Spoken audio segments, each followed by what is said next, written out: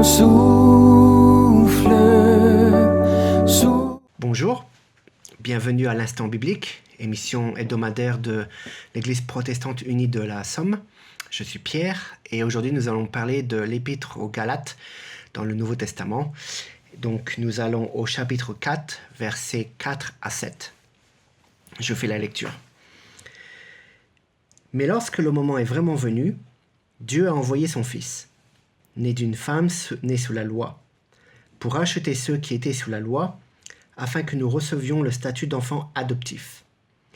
Et parce que vous êtes ses fils, Dieu t'a envoyé dans votre cœur l'esprit de son Fils qui crie « Abba, Père ». Ainsi, tu n'es plus esclave, mais fils.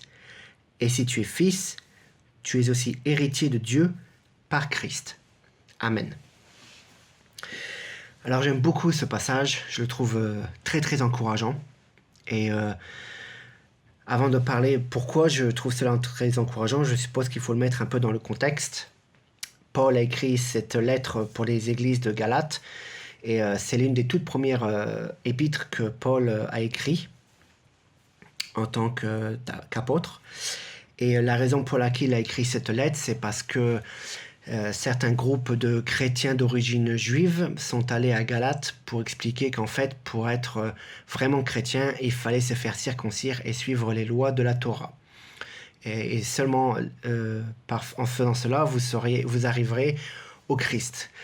Et donc Paul condamne totalement ces paroles en disant que c'est seul par la foi en notre Seigneur que nous serons sauvés et non pas en suivant les lois et les traditions qui ont mis le peuple juif sous leur joug pendant des centaines et des centaines d'années. Et donc, tout cela est dans le livre des Actes au chapitre 15 que je vous recommande d'aller lire et qui explique que Paul a dû partir à Jérusalem pour rencontrer les premiers apôtres et discuter en fait de quelle était la position de la nouvelle église, de cette église toute jeune qui naissait, qui se cherchait encore. Et donc tout le monde a décidé qu'effectivement c'était par la foi en notre Seigneur et seulement par la foi que nous serons sauvés. Et en fait, ce qui m'amène à ce texte, c'est cette idée d'adoption, cette idée que le Seigneur, que Dieu nous a choisis, en fait, que ce ne sont pas nos actes, en fait, qui nous sauvent, mais bien seul Dieu, par sa grâce, par son amour pour nous. Donc, en fait, ça me soulage parce que je me dis que, alors, soit je suis sauvé, mais autant il ne faut pas que je me dise oui, c'est bien, je suis sauvé, bah super, maintenant je peux faire ce que je veux, il me pardonnera de toute façon. Non, ça certainement pas. Mais en même temps, ça sert à rien de me dire qu'il faut que je en fasse des tonnes et des tonnes pour être accepté par le Seigneur, parce que ce ne sont pas mes actes qui me sauvent, c'est seul Dieu et sa grâce. Vous voyez, il est très important en tant que chrétien de donner de l'amour, d'aider son prochain et de faire ce que l'on peut pour aider autour de nous, pour divulguer ce message d'amour et de joie du Seigneur. Mais en même temps, il ne faut pas se stresser, devenir anxieux en se disant qu'on n'en fait pas assez et que seuls nos actes nous sauveront et qu'il faut faire telle ou telle chose pour être accepté au Seigneur. Loin de là. Et donc vraiment, c'est seul Dieu par sa grâce qui nous sauve. Voilà, c'est la justification de sa grâce.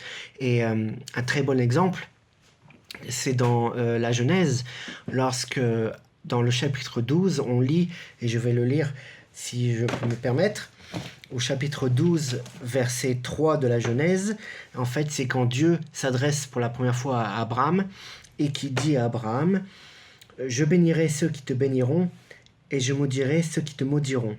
Et toutes les familles de la terre seront bénies en toi. » Donc toutes les familles juives à l'origine et ensuite, par adoption, donc les chrétiens qui reconnaissent Abraham comme leur père d'adoption.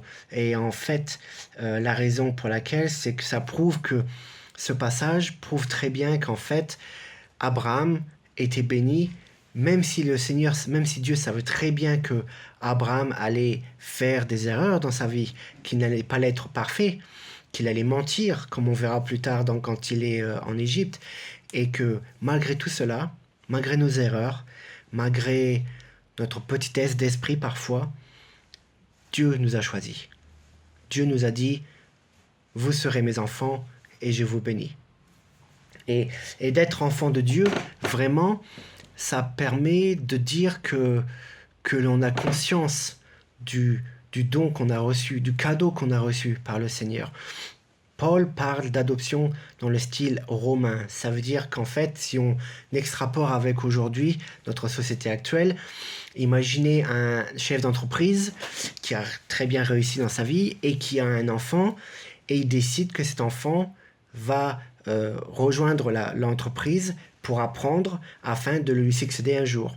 Mais avant de lui succéder, l'enfant devra faire un apprentissage, comme tout le monde, comme vous et moi, et apprendre les dures lois du métier et les règles du métier afin d'être pleinement conscient de ce que ça veut dire travailler ce métier et d'apprendre ce qui est acceptable et ce qui n'est pas acceptable. Et donc, il commencera en tant qu'apprenti, travaillant pour les employés de la boîte, et au cours des années, il grandira dans l'entreprise et il finira donc à côté de son père à prendre les décisions tout en étant responsable et en étant conscient de comment il doit se comporter. Et c'est exactement pareil pour nous.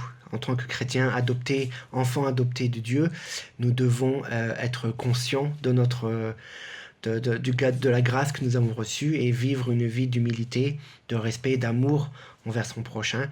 Et donc, comme la lettre des Galates au verset 7 le dit, l'esprit de son Fils qui crie « Abba, Père ». Donc voilà, nous pouvons nous permettre d'appeler Dieu Père, et de lui parler comme nous parlons à nos propres parents sur terre, mais de lui parler au Père Céleste, de lui confier nos soucis, nos angoisses, tout en sachant qu'il nous répondra et qu'il nous transmettra son message à travers l'Esprit Saint. Voilà. Nous prions. Père éternel, nous te remercions de nous avoir choisis. Nous te remercions pour cette grâce que tu nous offres humblement et que nous prenons à cœur joie.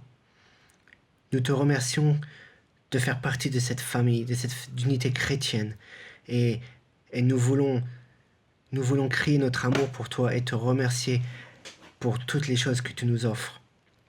Merci pour cette vie que tu nous donnes et merci pour les opportunités et les occasions que tu nous donnes de suivre l'exemple du Seigneur Jésus et de donner aux gens autour de nous par amour et faire resplendir la joie d'être chrétien et d'apporter ta bonne nouvelle.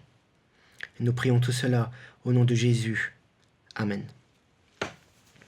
Merci de nous avoir suivis et nous allons nous quitter en chanson comme de coutume et pour ce passage j'ai choisi la chanson qui s'intitule Abba Père.